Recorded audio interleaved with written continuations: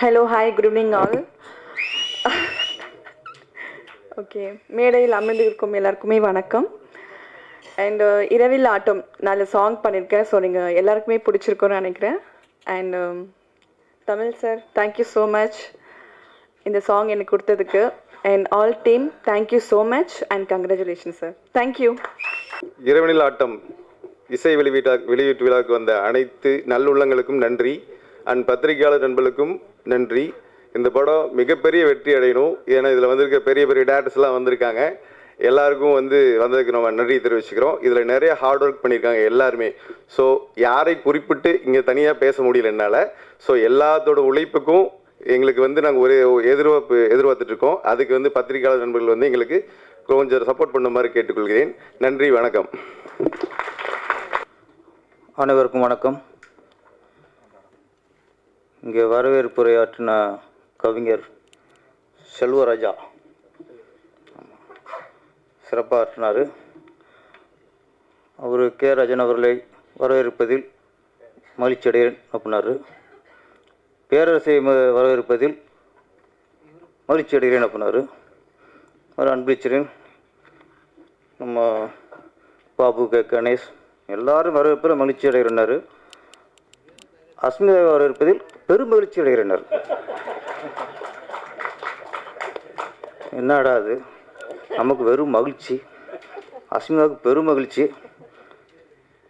Okay, லேடிஸ்னால இப்படித்தான், கவிஞரால் இப்படித்தான். கவிஞரில் பெண்கள் ரொம்ப பிடிக்கும் வர்ணிக்கிறதுல. இப்போ மகிழ்ச்சியோட ரொம்ப பிடிச்சிட்டு போல இருக்குது. அப்புறம் அஸ்மிதா அவர்கள் கொஞ்சம் இல்லை, இதுக்கு கொஞ்சம் நிறையா பாராட்டணும். ஏன்னா எந்த படத்தில் நடித்தாலும் சரி அந்த பட ஆடியோ ரிலீஸ் எப்போ கலந்துக்குவாங்க. அது உண்மையிலே இந்த கலைஞருக்குள்ள அக்கறை. எங்களோட கதாநாயகியை காணோம். படத்து ரொம்ப அழகாக இருந்தாங்க. நேரில் பார்க்கணும்னு நினச்சேன், கண்ணு காட்ட மாட்டேங்கிறாங்க, என்ன தெரில. ஆமாம், கதாநாயகி ரொம்ப ரொம்ப நாளைக்கு அப்புறம் ஒரு ஒரு நல்ல கலையாக சிரிச்சா அவ்வளோ அழகாக இருந்தாங்க. நல்ல கதாநாயகி கிடச்சிருக்காங்க. இவங்களாம் ஆடியோஸுக்கு வரணும். நீங்கள் நேராக பார்ப்பீங்க இல்லை? ஆமாம், அந்த வாய்ப்பு வளர்ந்துட்டு நினைக்கிறேன். ஆமாம், அதெல்லாம் நம்ம கே ராஜன் சார் டிபார்ட்மெண்ட். அது கதாநாயகி வர மாட்டார்களா? ஏன்னா அதில் சம்பளம் வாங்கி நடிக்கிறவங்க பூரா வரமாட்டாங்க. சம்மந்தம் கூட நாங்களாம் வருவோம். கே ராஜன் சார், அன்புச்செல்லியன் சார், நான், இப்படி இந்த இளைய தலைமுறைகளும் வரிசையாக வந்திருக்காங்க. சம்மந்தம் நம்மளாம் வருவோம் சார். உங்கள் சம்பளம் அவங்க வரமாட்டாங்க. இதுக்கு ஒரு முடிவு கட்டுங்க சீக்கிரம். எத்தனை நாங்களும் இழிச்சவனாக இருக்கிறது. Hero Rajendran, KS Udayakumar. நான் அப்போ நினச்சேன், நடாத இப்போ போலீஸ் ஸ்டேஷன் போட்டிருக்காரு, படம் பூரா கலக்கிட்டு இருக்காரு. ஏன்னா படம் நிறைய போலீஸ் ஃபுல்லாக வந்துக்கிட்டு இருக்கு. இன்னொரு தயாரிப்பாளர் ஒருத்தர் இங்கே சார் அண்ணன், இவர் அப்படியே சோவில் சாஞ்சிட்டே பஞ்சிட்டாக பேசுகிறாரு. விஜயகாந்த் அவர்களது நடந்துட்டு பேசுவாப்புல, இவர் படுத்துட்டே பேசுகிற பஞ்சிட்டாக பேசுகிறாரு. நிறைய போலீஸ் இது பார்க்கும்போது நம்மளுக்கு அப்போ எனக்கு விஜயகாந்த் சாரோட ஞாபகம் வந்துச்சு எனக்கு. ஆமாம், கண்டிப்பாக அப்புறம் போலீஸ் ஸ்டேஷன் போட்டு நடிக்கும்போது அவருக்கு இப்படி வராமல் இருக்கும். அதனால தான் லேட்டான கூட அவர் அந்த அஞ்சலி செலுத்த சொன்னார். வந்துடும் அதெல்லாம். ஆமாம், சிவாஜி கணேஷ் சார் போலீஸு தங்கப்பதக்கம் ஒரே படம் தான் பேர். இன்றைக்கி ரஜினி சாருக்குன்னா போலீஸ்னா அலெக்ஸ் பாண்டியன், கமல்ஹாசன் காக்கி சட்டை. பிரிவு நடிகர்களே ஒரு படம் 2 படம் தான் அந்த போலீஸாக அமைஞ்சிருக்கு. ஆனால் நம்ம கேப்டன் விஜயகாந்த் அவர்களுக்கு தான் நடிச்சதில் பாதி படம் போலீஸ் தான். அவர்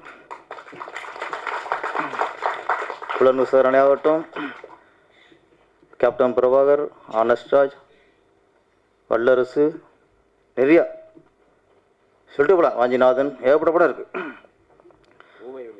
ஊமை விழிகள். நீ எத்தனை படம் 100 படம் பார்த்தாலும் சரி, போலீஸ் ஸ்டேஷன் போட்டு சலிப்பே வர ஆர்டிஸ்ட்னா கேப்டன் விஜயகாந்த் அவர்கள் தான். நான் திருப்பாச்சி, சிவகாசி, திருப்பதி, மாநகர காவல், ஏவிஎம். ஆமாம், அவர் ஏவிஎம் விட்டு கொடுக்க மாட்டார் அண்ணன். விசுவாசம். ஆமாம். அதான் நிறைய படம் செய்து சொல்லிட்டே போகலாம். அவ்வளோ படம் எத்தனோட பார்த்தாலும் அந்த காஸ்ட்யூம் போட்டால் அப்படி அந்த கம்பீரம் ரசிச்சுட்டே இருப்போம். நம்ம திருப்பதிக்கு அப்புறம் தருமபுரி நம்மளோட டைரக்ஷனில் கேப்டன் நடிக்கிறாரு. அப்போ நான் ஒரு முடிவு பண்ணது, நிறைய போலீஸாக பண்ணிட்டார், போலீஸ் ஸ்டோரி பண்ண வேணாம், அப்புறம் வில்லேஜ் ஸ்டோரி எடுத்துகிட்டு அப்புறம் எல்லாத்துலேயும் சீரியஸாக இருப்பாரா, மேக்ஸிமம் ஹியூமராகவே பண்ணது. ரொம்ப ஒரு பெருந்தன்மை உள்ள நடிகர்னா கேப்டன் அவர் தான். தருமபுரி பார்த்துருப்பீங்க. அதில் கதை சொல்லிட்டேன் கேப்டன் அவர்கிட்ட. இன்னொரு கேட்டு த்ரோவுட்டாக காமெடி கேரக்டர் ஒன்று இருக்கும், அதில் எம்எஸ் பாஸ்கர் பண்ணியிருப்பார் அதில். ஆமாம், நான் அவர் கதை சொல்லி விட்டேன். வேறு யார் நடிகர்னால் நான் சொல்லலை அவர்கிட்ட. அவர் ஏஎம் ரத்தன் அவர்களுக்கு தான் பிடிச்சிறவர். அவர் கதை சொல்லும்போது அவர் அந்த கேரக்டருக்கு, அந்த காமெடி த்ரோட் வர கேரக்டருக்கு வடிவேல்னு ஃபிக்ஸ் ஆகிட்டார் அவர். படம் ஃபுல்லாக ஹியூமராக இருக்கும். அப்போ மறுநாள் போய் நான் கதை சொன்ன மறுநாள் போயிருக்காரு ஏஎம் ரத்தன சார். அப்போ அந்த கேரக்டர் யார் பண்ணுறா அப்படின்னு கேட்டிருக்காரு கேப்டன் ப்ரொடியூசர்கிட்ட. அவர் மனசில் உள்ளது, சார் வடிவேல் தான் பேசலாம்னு இருப்பான்ட்டாப்ல. நல்லாயிருக்கும் பேசுங்க கேப்டார். நான் அப்போவே அவர் 2 பேருக்குள்ளே ஒரு இது இருந்திருக்கு, ஆனால் அதெல்லாம் மனசில் வைக்கல அவர். நீங்கள் பேசுங்கட்டார். அப்புறம் ரத்தன சார் வந்து வடிவேல் பேசலாம் போது நான் தான் வேணான்னே. எதுக்குன்னா, எத்தனை நாள் காலேஜ் விஜயகாந்த் சார் கொடுத்துருக்காரோ அத்தனை நாளும் அந்த கேரக்டர் கூடவே இருக்கணும். இப்போ வடிவேல் புக் பண்ணிட்டு அப்படி த்ரோட்டாக வச்சுருக்க முடியாது. இப்போ எம்எஸ் பாஸ்கர் வந்து அவுட்டோரில் 20-25 நாள் கேப்டனில் இருந்த அன்றைக்கு பூரா அவரும் இருந்தார். கால்ஸ் பிரச்சனை வருங்கிற கதை நான் வடிவேல் வேணாம்ட்டு எம்எஸ் பாஸ்கரை புக் பண்ணது. என்ன சொன்னால், நடிகருக்கெலாம் அந்த பெருந்தன்மை வேணும். ஒரு நடிகரை வந்து ஒரு நடிகர் வேணாம் சொல்லக்கூடாது, இந்த நடிகரை போடாதே சொல்லக்கூடாது. அவன் நடிகனை இல்லை ஃபஸ்ட்டு. இந்த நடிகரை போட்டால் நான் நடிக்க மாட்டேன் அப்படி நடிகர் இல்லை. உனக்கு எப்படி நீ போய் நடிகன் ஆயிடுவேன்? நீ ஒரு நடிகரோட வாய்ப்பை ஒரு நடிகரை தட்டி பறித்தாலோ தடுத்து விட்டாலோ அங்கே அவன் நடிகனும் இல்லை, மனுஷனும் இல்லை. ஃபஸ்ட்டு யாராவது கூட நடிக்கணும், அவன் நடிகன். அப்படி ஒரு உதாரணம் இருந்தவர் தான் கேப்டன் விஜயகாந்த் அவர்கள். நான் பல விஷயங்கள்ல நான் வந்து இப்போ அவருடைய மறைவுக்கு அப்புறம்தான் பெருமையாக பேசுகிறேன். இல்லை, நான் அதுக்கு முன்னாடி பல மேடைகளில், மறைவுக்கு முன்னாடி பல மேடை நான் ஒரு நட்பை பற்றி பேசியிருக்கேன், நிறைய பேசிட்டு இருக்கேன். ஏன்னா நான் பார்த்து வியந்த ஒரு கதாநாயகன். ஆமாம், ஏன்னா இன்றைக்கி எதுனா இது ஒரு காவல்துறை படமாக இருக்குது. அதுவும் ஒரு நல்ல காவல் அதிகாரிகளோட கதையாக இருக்குது. போதைப் பொருளுக்கு அடிமையாகிற அந்த இளைய தலைமுறையை எப்படி தடுத்து நிறுத்துறது, அதை பயன்படுத்தி வாழ்கிற கும்பல் எப்படி ஓய்க்கிறது, இந்த மாதிரி அதான கதை டைரக்டர். ஆமாம் ஆமாம் ஆமாம். அப்படி இப்போ இந்த மாதிரி கதை கேப்டன் அவர்கள் எந்த படத்தில் பிடிச்சி நடித்தாலும் நல்ல ஒரு கருத்தோடு இருக்கும். அவருடைய ஆசீர்வாதம் இந்த படத்துக்கு இருக்கும். அவருடைய கேப்டன் ஆசீர்வாதம் இந்த படத்துக்கு இருக்கும். இரவினில் ஆட்டம் ஃபேமஸான பாட்டு தான், இடையில போட்டாங்க. அப்படியே இரவினில் ஆட்டம் பகலில் தூக்கம் இதுதான் எங்கள் உலகம். அந்த பாட்டு எதுக்காக பாடுச்சுன்னா, சிவாஜி கணேசன் படம் நவராத்திரி வரண்ண. ஆமாம் ஆமாம், அது ஒரு திருடர் வந்து இரவில் தான் அவங்களுடைய ஆட்டம்லாம் இருக்கும், அவங்களுடைய பொழப்பே அங்கேயே நடக்கும். அப்போல்லாம் இரவில் விழிச்சிருக்கவன் திருட மட்டும்தான் விழிச்சிருந்தான். இன்றைக்கி அப்படி இல்லை, இரவில் தூங்குறவன் தான் இன்றைக்கி திருடனாக இருக்கான், பகலில் தான் அவன் கொள்ளை அடிக்கிறான். நிறைய பேர் பொழப்பு இன்றைக்கி இரவில் தான் இருக்குது. இன்னைக்கு பார்க்க எத்தனை ஸ்டார் ஹோட்டல், பெரிய ஹோட்டலில் இரவில் ஆட்டம், அந்த ஆட்டம் தான் இன்றைக்கி. இரவில் ஆட்டம்னா நம்மளுக்கு அந்த ஆட்டம் தான் ஞாபகம் வருது, திருடனோட ஆட்டம்லாம் ஞாபகத்துக்கு இல்லை. நம்ம கலைத்துறை நிறைய பேர் இப்போ நிறைய மினிஸ்டர்லாம் இரவில் தான், நைட்டு ஃபுல்லாக அவங்க டியூன் போடுறது, சாங் ரெக்கார்டிங் எல்லாம். இப்போ பெரும்பாலான மினிஸ்டர்லாம் இரவில் தான் அவங்க பண்ணுறாங்க.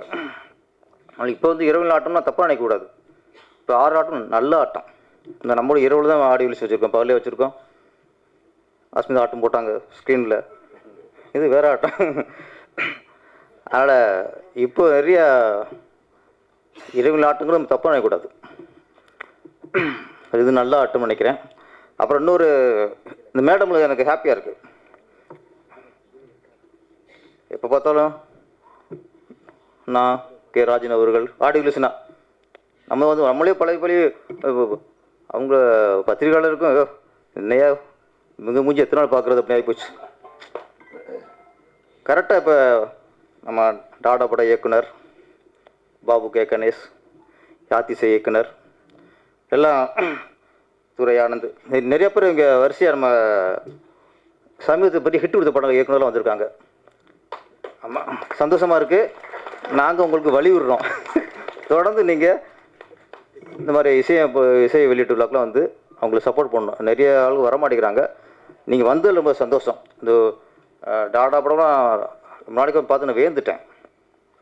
அப்படி ஒரு படம், அது இந்த ஸ்க்ரீன் பிளேயாக இருக்கட்டும், டைலாக்காக இருக்கட்டும், நல்ல ஒரு கருத்தை வச்சு படம் பண்ணி தர. பார்த்த உடனே நான் வந்து ட்விட்டர், ஃபேஸ்புக் எல்லாமே நான் ரொம்ப பாராட்டி போட்டிருந்தேன். சில படம் தான் அப்படியே நம்மளே ஃபேஸ்புக் எல்லாத்தையும் பாராட்டுவோம். அப்படி ஒரு படம் தான் டாடா. இது யாத்திசை நல்ல ஒரு படத்தை கொடுத்தாரு இயக்குனர் தரணி.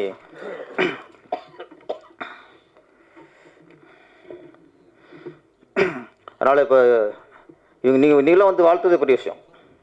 நாங்கள் வாழ்த்துறது இப்போ பழசாக போச்சு. இப்படியே இருந்தாலும் நாம் ராஜா சார் சொல்லக்கூடாது. யார் சொன்னாப்புல யூடியூப் ராஜா நாங்கள்ல, ராஜா இல்லை, அவர் ராஜாதி ராஜா ஆகிட்டார் இப்போ. ஆமாம், அதுக்கு ஆசீர்வாதம்லாம் என்றைக்கும் பெரியவங்க ஆசீர்வாதம் உண்டு. அதே மாதிரி சின்னவங்க ஆசீர்வாதமும் படத்துக்கு வேணும். இந்த படம் இரவு ஆட்டம் ஒரு வெற்றி ஆட்டமாக ஆட்டம் போட இந்த படம் வெற்றி அடைந்து தொடர்ந்து அவங்க சேலம்னாலே ராசியான ஊர், அதுமே செழிப்பான ஊர், ராசியான ஊர். ஆமாம், சேலம்ல மாம்பழம் ஞாபகத்துக்கு வரும். அப்புறம் சேலம் வந்து அவங்களுக்கு ஒரு முதல்வர் கொடுத்துச்சு, எடப்பாடி பழனிசாமிங்கிற ஒரு முதல்வர் கொடுத்துச்சு. ஒரு ஏற்கனவே சேலம் சந்திரசேகர்னு ஒரு தயாரிப்பாளர் மிகப்பெரிய வெற்றி விட கஜினிங்கிற படம்லாம் மிகப்பெரிய வெற்றி படம் கொடுத்தாரு. ஆனால் சேலம் ஒரு ராசியான ஊர் தான். இப்போ அங்கேருந்து மாடர்ன் தியேட்டர்ஸ் ஃபஸ்ட் அங்கே தான் உருவாச்சு, சினிமா உருவாச்சு. ஆமாம், அங்கே செல்ஃபி எடுத்து கூட ஆக்கி போயிட்டு, அது வேறு விஷயம். ஆமாம், சேலம் மாடர்ன் தியேட்டர்ஸ் தான் சினிமாவோட அஸ்திவாரம். அதில் சேலம் வந்து ரொம்ப சினிமாவுக்கு ராசியான ஊர். இப்போ சேர் வந்திருக்காரு, வந்தாருன்னா ஒரு நடிச்சிருக்காருனாங்க. அண்ணா அவர் ஒரு ஆட்டம் போட்டுக்காரு பாருங்க. அவர் சரவணன் கூட சேர்ந்து அவருக்கு தண்ணிலாம் ஊற்றி கொடுத்து நிறைய பண்ணிட்டார். ஒரு ஆட்டம் போட்டிருக்காரு. ஓகே, அந்த படம் மிகப்பெரிய வெற்றி அடைய என்னுடைய வாழ்த்துக்கள். நன்றி, வணக்கம்.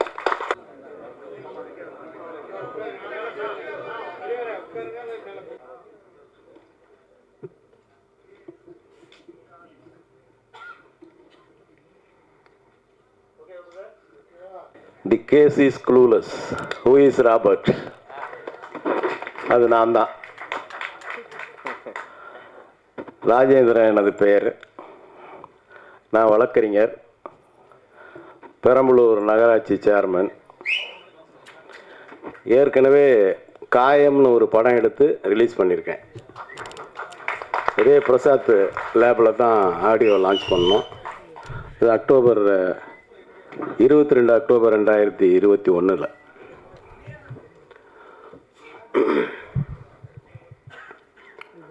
தொடர்ந்து படம் எடுக்கிறதுக்கான ஆசை இருக்குது. ஆனால் அதில் சில கஷ்டங்கள் இருக்குது. சின்ன பட தயாரிப்பாளர்கள் படமே தயாரிக்க தேவையில்லை, எதுக்கு அவங்களாம் தயாரிக்கிறாங்க அப்படின்னு கூட இங்கெல்லாம் பேசியிருக்காங்க பல பேர். சின்ன படம் தயாரிக்கலைன்னா பெரிய படம் தயாராகிறதுக்கான வாய்ப்பே கிடையாது. பெரிய பெரிய மால் வருது, பெட்டி கடைக்காரங்க பூரா மூடிட்டு போக முடியாது. அவனும் கடை வச்சு தான் ஆகணும்.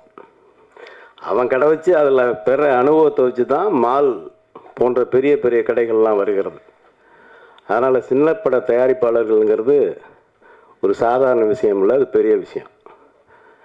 ஏன்னா கஷ்டத்துக்கு எங்களை நாங்களே உட்படுத்திக்கிறோம். பல கஷ்டங்கள் பட்டு தான் ஒரு சின்ன படம் தயாராகி வெளியே வருது. அது எவ்வளோ கஷ்டம் இருக்குது. அது சேகர் நிறையா அந்த கஷ்டத்தை அனுபவிச்சிருப்பார் இந்த படத்தை தயாரிக்கிறதுக்கு. சின்ன பட தயாரிப்பாளர்கள் எங்கே பதிவு பண்ணுறதுன்னு தெரியாமல் தடுமாறிட்டு இருப்போம். 3 லட்சம் 4 லட்சம் போட்டு எங்களால் 20 லட்சம் 25 லட்சத்துக்குள்ளே படம் எடுக்கிற எங்களை போன்ற சிறு பட தயாரிப்பாளர்கள் 3 லட்சம் 4 லட்சம் போட்டு அதில் உறுப்பினர் ஆக முடியாது.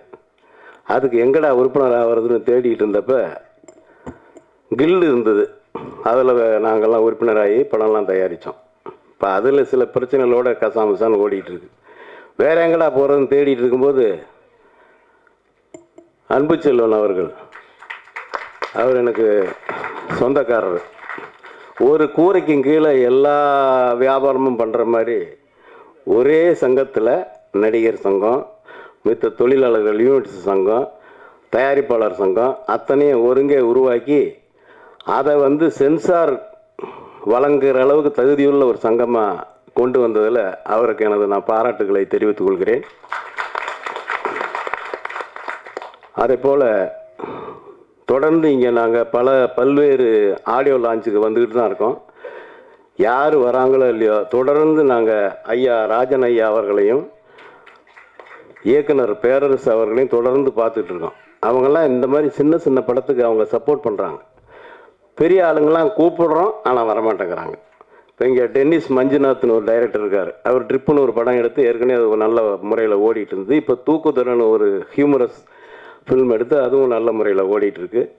யாத்திசை அவர் எனக்கு பழக்கம் இல்லை, ஆனால் பெரம்பலூர்லேருந்து ஒரு பையன் அம்பேத்கர்னு உங்கள் கூட ஒர்க் பண்ணியிருப்பான், கிட்டு அம்பேத்கர்னு. அந்த பையன் பெரம்பலூரில் அந்த படத்தெல்லாம் போட்டு எல்லாத்தையும் காட்டி நல்லபடியாக கேன்வாஸ் பண்ணார். அங்கே படம் வந்தப்போ எல்லாருமே பார்த்தோம். குறிப்பாக சொல்லணும்னா முன்னாள் மத்திய அமைச்சர் ராஜா அவர்கள் அந்த படத்தை தியேட்டரில் பார்த்து பாராட்டினார். அந்த மாதிரி படங்கள் எடுக்கிறது ரொம்ப சிரமம். அந்த படத்தை பார்த்தா பெரிய பொருட்செலவில் எடுத்த மாதிரி RRR இந்த மாதிரி படங்கள் எடுத்த மாதிரி இருக்கும். ஆனால் அந்த அளவுக்கு செலவு பண்ணி எடுக்காமல் கம்மியான செலவில் நல்ல வகையில் அந்த படத்தெல்லாம் எடுத்துருந்தாங்க.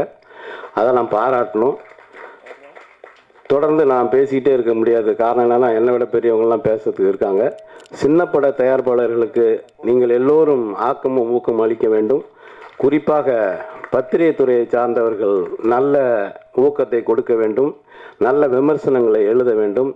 எங்களை போன்ற சின்ன பட தயாரிப்பாளர்களுக்கு உங்களுடைய ஆதரவு என்றும் வேண்டும் என்று கேட்டு அமைகிறேன். நன்றி, வணக்கம்.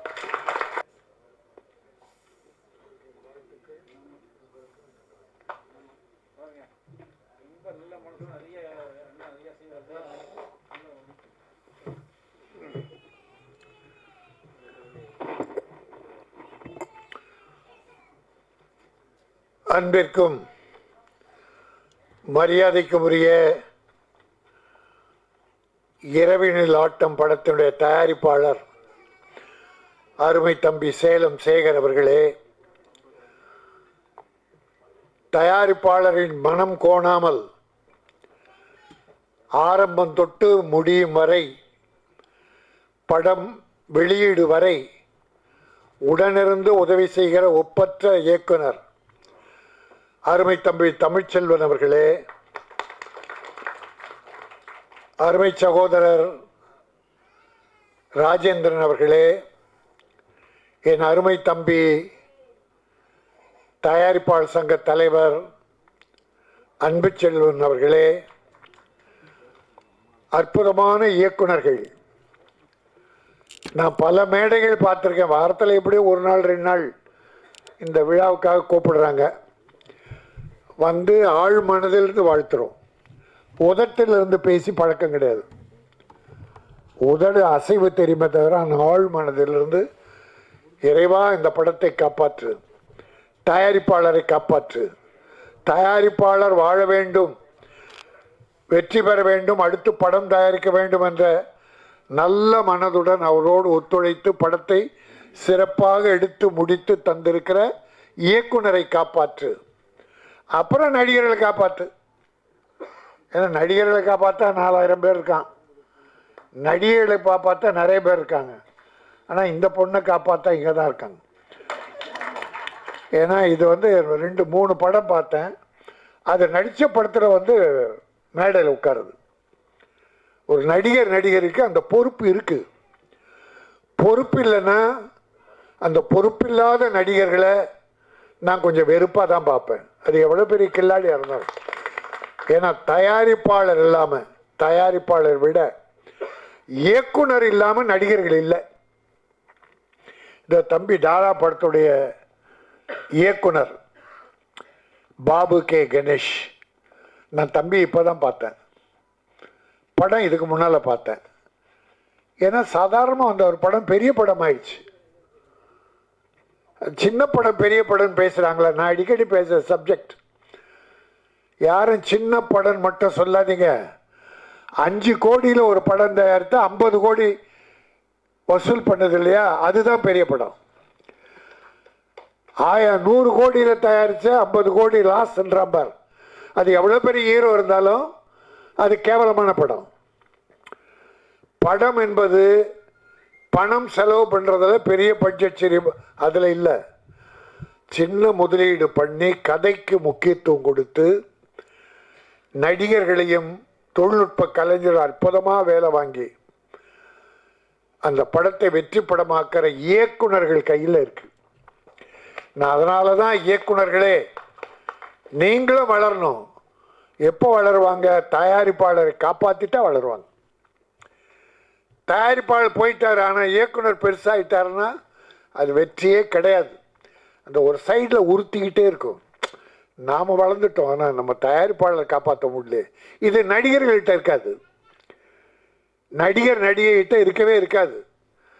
காசு எப்போ வரும்? டப்பிங் முன்னால் எவ்வளோ வாங்கிட்டு அவர் உருவிடலாம். அதாவது நான் முன்னால் சொல்லுவேன், கோயம்புத்தூர் தம்பி சேலமே வச்சுங்க, சேகர் சேலத்திலேருந்து வரும்போது பணத்தோட காரில் வர்றார். சென்னையில் படம் எடுக்கிறார். ஏதோ 4 தம்பிகள் நடிகர்கள் வச்சு இயக்குனர் துணையோட பார்க்குறாரு. சரி, நம்பிக்கை இருக்குது, இந்த தம்பியை போடலாம் அப்படின்னு அஜித் மாதிரி ஒரு ஹீரோவை போட்டாங்கன்னு வச்சுங்க. அந்த படம் வெற்றி. முதல் படம் அஜித்தால் அல்ல, அந்த இயக்குனரால். அந்த இயக்குனர் தான் அஜித்தை அறிமுகப்படுத்தினார்.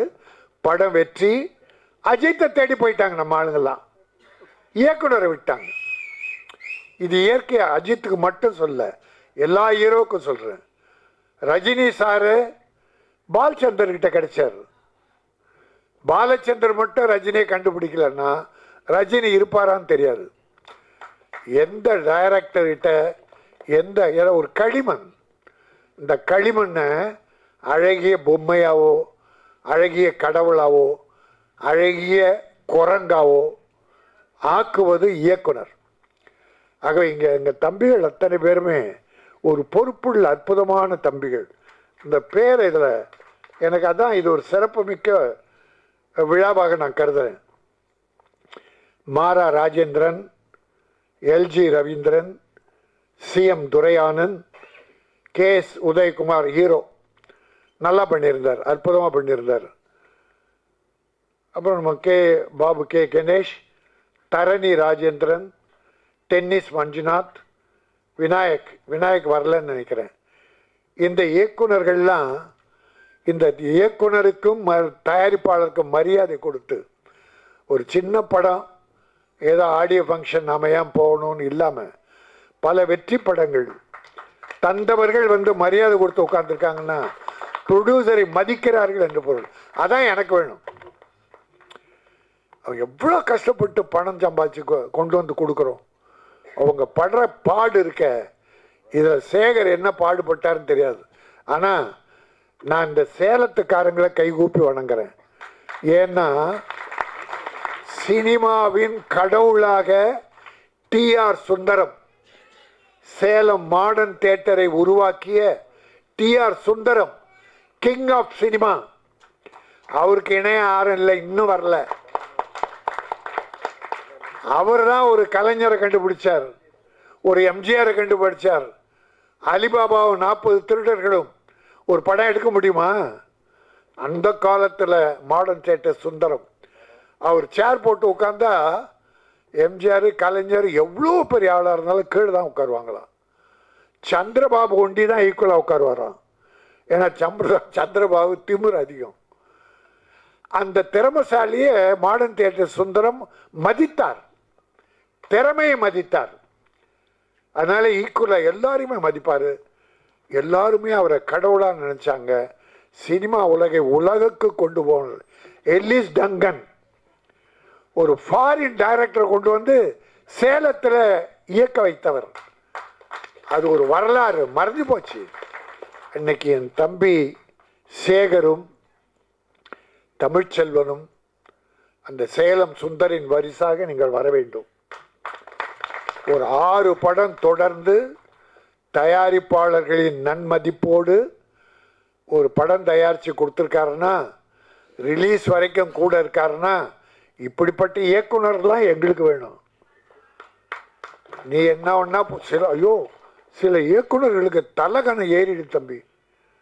இந்த ஃபஸ்ட்டு ஸ்டார்ட் கட் சொல்கிறதுக்கு முன்னால், கேமரா முன்னால் நிற்கிறதுக்கு முன்னால் வரைக்கும் காலில் விடுறாங்க. சிலர் சொல்கிறேன், உங்களுக்கே தெரியும். ஒரு 2 நாள் ஷூட் பண்ணிட்டு டைரக்டர் ஆனால் தலையில் கனம் ஏறிடுது. ப்ரொடியூசர் ஏதோ வேலைக்கார மாதிரி நினைக்கிறாங்க. அதனால தான் அவங்கள உருப்படாமல் போகிறாங்க. ப்ரொடியூசரை மதித்து இந்த படம் முதலீடு போட்டிருக்காரு, இந்த படம் திரும்பி அவர் கிடைக்கணும். அப்படி கிடைச்சா அவர் அடுத்து படம் தான் எடுப்பார். இங்கே பாருங்க, ராஜேந்திரன் காயம் படம் தம்பியை வச்சு எடுத்திருக்கார். அதில் காயப்பட்டாரா இல்லையான்னு தெரியாது, ஆனால் பட்டிருப்பார், கொஞ்சம் பட்டிருப்பார். ஆனாலும் இந்த தம்பியை வச்சு நாம் அடுத்து படம் பண்ண போறேன்றார், அனௌன்ஸ் பண்றார். இன்னைக்கு இந்த சேலம் சேகர் தயாரிப்பாருக்கு ஒரு அமௌண்ட்டை கொடுத்து, தம்பி இந்த படம் வெற்றி பெற வாழ்த்துகிறேன்னு ஆழ் மனதிலிருந்து வாழ்த்துறார். அந்த மனம் வாழ்க, நல்ல மனம் வாழ்க. நான் இவங்களெல்லாம் பாராட்டுறது தான் என் வேலை. எல்லாரும் நல்லா இருக்கணும். தயாரிப்பாளர் நல்லா இருந்தால் சினிமா நல்லா இருக்கும். பெரிய ஹீரோக்களால் இந்த சினிமா வாழலை,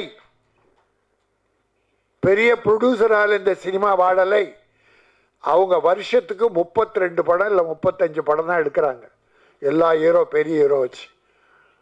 ஆனால் எங்கள் சின்ன ப்ரொடியூசர் 200 படத்துக்கு மேலே எடுக்கிறாங்க வருஷத்துக்கு. அப்படின்னா நாங்கள் எத்தனை ஆயிரம் தொழிலாளருக்கு வேலை கொடுக்குறோம். ஆனால் பெரிய தம்பி சொன்னாங்களே கணேஷ், சேலத்தில் படம் எடுங்க, நீ பிறந்த ஊரில் எடுத்து அங்கே இருக்க இளைஞர்களை உருவாக்கு, அப்படி நல்ல மனசோட சொன்னீங்களே. இப்போ இங்கே இருக்கிற ஹீரோவுக்கு யாருக்காவது அக்கறை இருக்கா? தன்னை வாழ வைத்த சினிமா சென்னை. பொன்னியின் செல்வம் படுத்து ஹைதராபாத்தில் போய் 2 வருஷம் எடுக்கிறான் செட்டை போட்டு. ஆனால் பணம் யார் படம்? தமிழ் படம், தமிழர்களின் முதலீடு. பாம்பே போய் ரஜினி படம் 2 படம் பாம்பே. தொழிலாளி யார் அங்க? முதலீடு யாருது? சென்னை, தமிழ்நாடு. படம் ரிலீஸ் ஆனால் கொட்ட வேண்டியது தமிழ் படம். ஆனால் நீ வேலை கொடுக்கறது பூரா ஹைதராபாத், பாம்பே. ஆனால் இந்த தம்பிக்கு இருக்கிற உணர்வு கூட இந்த பெரிய ஹீரோவுக்கு இல்லை, பெரிய டைரக்டருக்கு இல்லை. இதை யார் செய்யணும்? பெரிய டைரக்டர் அண்ட் ஹீரோ 2 பேரும் டிசைட் பண்ணி தமிழ்நாட்டில் வை. நான் சொல்றது, கதைக்கு பம்பாய் வேணும்னா போங்க, கதைக்கு போங்க. ஹைதராபாத்தில் அங்கே லொக்கேஷன் இருக்குது, அந்த கதைக்கு தேவைன்னா போங்க. என்ன 20% 25% இருக்குமா? இப்போ அஜித் சார் ஃபுல்லாக கம்ப்ளீட்டாக ஃபாரின், ஒரு படம் விடாமுயற்சி. ஒருவேளை ஃபாரினாக இருக்கலாம், தப்பு இல்லை, நம்ம அதை தப்பு சொல்லலை. இந்த கதைக்கு என்ன வேணும், எந்த லொக்கேஷன் வேணும், அதுக்கு மட்டும் போங்க. மற்றெல்லாம் நாயகன் ஒரு படம் எடுத்தார் மணிரத்னம். மணிரத்னம் படம் இல்லை முதல்ல, அது முக்தா சீனிவாசன் எடுத்த படம். அதில் பாம்பேயில் தாராவியில் தமிழர்கள் பகுதி நடக்கிறது. ஃபுல் செட்டு எங்கே போட்டார் தெரியுமா? வீனஸ் காலனியில் வீனஸ் காலனியில் போட்டு மொத்த படம் 70-80% இங்கே எடுத்துட்டு 20% தான் பாம்பே. நல்லது, அது தப்பு இல்லை. என் தொழிலாளியை இதை நம்பி இருக்க தொழிலாளி யார் காப்பாற்றுறது? நீங்கள் யாரோ பணம் ப்ரொடியூசர் கஷ்டப்பட்டு கொடுக்குறான்னு எங்கேயோ போய் மஜா பண்ணா ஜாலி பண்ணுறதுக்கு போனீங்கன்னா என் தமிழகம் என்ன ஆகுது? அந்த அக்கறையில் தான் நான் வருத்தப்படுறேன். ஆகவே நான் ஹீரோக்களையும் பெரிய இயக்குநர்களையும் கேட்டுக்கொள்வது, கதைக்கு என்ன தேவையோ அந்த அளவுக்கு மட்டும் வெளியே போங்க, மீதெல்லாம் தமிழ்நாட்டிலே தான் இருக்க வேண்டும். இப்போ நல்ல ஒரு அனௌன்ஸ்மெண்ட் தமிழக முதல்வர் வெளியிட்டிருக்கார். 140 ஏக்கரில் பூந்தமல்லியில் 500 கோடியில் ஒரு திரைப்பட நகர் உருவாக்க இருக்காங்க தமிழக அரசு. அது எங்கள் ப்ரொடியூசர், சின்ன ப்ரொடியூசர், பெரிய ப்ரொடியூசர் எல்லாத்துக்கும் பெரிய லாபகரம். போய் பூந்தமல்லியில் போய் படத்தை எடுத்து முடிச்சிடலாம், எல்லாத்தையும் முடிச்சிடலாம். பண செலவுகள் கம்மி. அதனால் ஹைதராபாத் அப்படி என்ன அங்கே லொக்கேஷன் அதெல்லாம் உருவாக்குவாங்க, இங்கே இருக்கும். அதனால் தமிழகத்திலே இந்தியாவிலே சிறந்த திரைப்படம் எடுப்பவர்கள் தமிழகத்தில் தான் இருக்கிறார்கள். இப்படிப்பட்ட இளைஞர்கள் அற்புதமான புரட்சி செய்கிறார்கள், அற்புதமான கதை களத்தை வைத்திருக்கிறார்கள். இன்னும் பல இளைஞர்கள் தேடிக்கொண்டிருக்கிறார்கள். அவர்களை உருவாக்கி தமிழ் சினிமாவை காப்போம், தமிழ் தொழிலாளர்களை காப்போம், தமிழ் இயக்குநர்கள் வளரட்டும், தமிழ் தயாரிப்பாளர்கள், சிறிது முதலீட்டு பட தயாரிப்பாளர்கள் போட்ட முதலீட்டை திரும்ப பெறட்டும். திரும்ப வந்தால் அவர்கள் படம் தான் எடுப்பார்கள், எங்கள் ராஜேந்திரை போல. பாருங்க, அனௌன்ஸ் பண்ணார் காயம், இப்போ எடுக்க போகிறேன். அதனால இரவினில் ஆட்டம் பார் அல்ல, பார், BAR, பார். டாஸ்மாக் கடையில் ஒவ்வொன்றும் பார் இருக்கு இல்லையா, இரவினில் பார், அதை போய் பார். இந்த டாஸ்மாக் கடையிலனா இப்படி அக்கிரமம் நடக்க போகிறதில்ல, குடும்பங்கள் அழிய போகிறதில்ல, தாலிகள் அறுக்கப்பட போகிறதில்ல. எத்தனை கொடுமைகள்! எனக்கு என்னன்னா, உலகிலேயே பண்பாடு மிக்க நகரம் தமிழ்நாடு. பண்பாடு கலாச்சாரத்தில் சிறந்தது நம்முடைய தமிழ்நாடு. அந்த தமிழ்நாட்டில் இப்பொழுது ஏறக்குறைய ஒரு 25% பெண்களும் குடிக்க ஆரம்பித்து விட்டார்கள் என்ற கேவலமான செய்தி என் உள்ளத்தை உலுக்குகிறது. இதில் ஒரு பொண்ணு போதை வருமா அப்படின்னு ஒரு வார்த்தை இருந்தது. ஒரு பொண்ணு சிகரெட் பிடிக்கிறது, நடப்பதை சொன்னார்கள். இப்படி நடக்கக்கூடாது என்பதற்காக சொன்னார்கள். பதை எப்பவுமே சில நடக்கிறத சொல்லி இதனால் என்ன தவறு என்று சொல்லுவதுதான் படம். அதை தம்பி அற்புதமாக சொல்லியிருக்கிறார். ஆகவே நான் பெற்றோர்களையும் பெரியோரையும் கேட்டுக்கொள்கிறேன், குழந்தைகளை கண்காணியுங்கள், அதில் குறிப்பாக பெண்களை கண்காணியுங்கள். இந்த செல்போன் வந்த பிறகு பெண்கள் அதிகம் கெட்டுவிட்டார்கள், இளைஞர்களும். ஒரு கவிஞன் எழுதினான், செல்லம் கொடுத்து வளர்த்த பெண்ணை, செல்லம் கொடுத்து வளர்த்த பெண்ணை அப்பா செல்போன் வாங்கி கொடுத்து கெடுத்தார். அப்பா செல்போன் வாங்கி கொடுத்து கெடுத்தார். ஒரு வீட்டில் அப்பா, அம்மா, ஒரு பையன், பொண்ணு, 4 பேர். 4 பேர் கையிலும் செல் இருக்கு. 4 செல்ல ரிங் அடிக்குது. அப்பா பெட்ரூமுக்கு ஓடுறாரு, அம்மா சமையல் ரூம் ஓடுறாங்க, பொண்ணு மாடிக்கு போகுது, பையன் தெருவுக்கு போகிறான். இவன் பேசுறது அவங்களுக்கு தெரியக்கூடாதான், அவன் பேசுறது இவங்களுக்கு தெரியக்கூடாதான். எப்படி உருப்படும் குடும்பம்? குடும்பம் உருப்படலைன்னாக்கா நாடு போச்சு. அதாவது மனைவி சமையல் ரூமில் இருக்கா, அங்கேருந்து ஒரு 50 அடியில் பெட்ரூம் இருக்குது. புருஷன் பெட்ரூமில் ஒரு அர்ஜென்ட்டாக ஃபோன் போட்டு மனைவியை கூப்பிட்றாரு. ஃபோன் போட்டால் ஃபோனில் என்ன வருது? நீங்கள் தொடர்பு கொள்பவர் தொடர்பு எல்லைக்கு வெளியே இருக்கார். கிட்டதான் அவர் 100 அடி வெளியே இருக்கார். ரைட், கட் பண்ணான். மறுபடியும் போட்டான், நீங்கள் தொடர்பு கொள்பவர் வேறொருவருடன் தொடர்பில் இருக்கிறார். இப்போ தொடர்பு எல்லைக்கு வெளியே இருந்தாங்களா, இப்போ வேறொருவன். அப்போ புருஷன் என்ன நினைப்பான்? என்னடாது ராத்திரி நேரம் பொண்டாட்டி வேறொரு தொடர்பு. இந்த காமெடிக்காக சொன்னேன். ஆக அப்படி செல்போன் குடும்பத்தில் குழப்பத்தை உருவாக்கிடுச்சு. இப்படிப்பட்ட நல்ல கருத்துக்களை அருமை தம்பி தமிழ்ச்செல்வன் போலே மக்களுக்கு எடுத்து சொல்ல வேண்டும். மக்களும் தன் குழந்தைகளை பிள்ளைகளை கவனமாக பார்க்க வேண்டும். நாடு மிகவும் கெட்டுவிட்டது. ஆகவே இரவினில் ஆட்டம் மிகப்பெரிய வெற்றி படமாக அமைந்து இந்த கேவலமான ஆட்டங்கள் குறைந்து நல்ல கொண்டாட்டங்கள் பெருகி குடும்பங்கள் குதூகலமாக இருக்க வேண்டும் என்பதை சொல்லி வெற்றி பட தயாரிப்பாளர் சேகரை வாழ்த்துகிறேன். அதை இயக்கிய அருமை தம்பி தமிழ்ச்செல்வனை வாழ்த்துகிறேன்.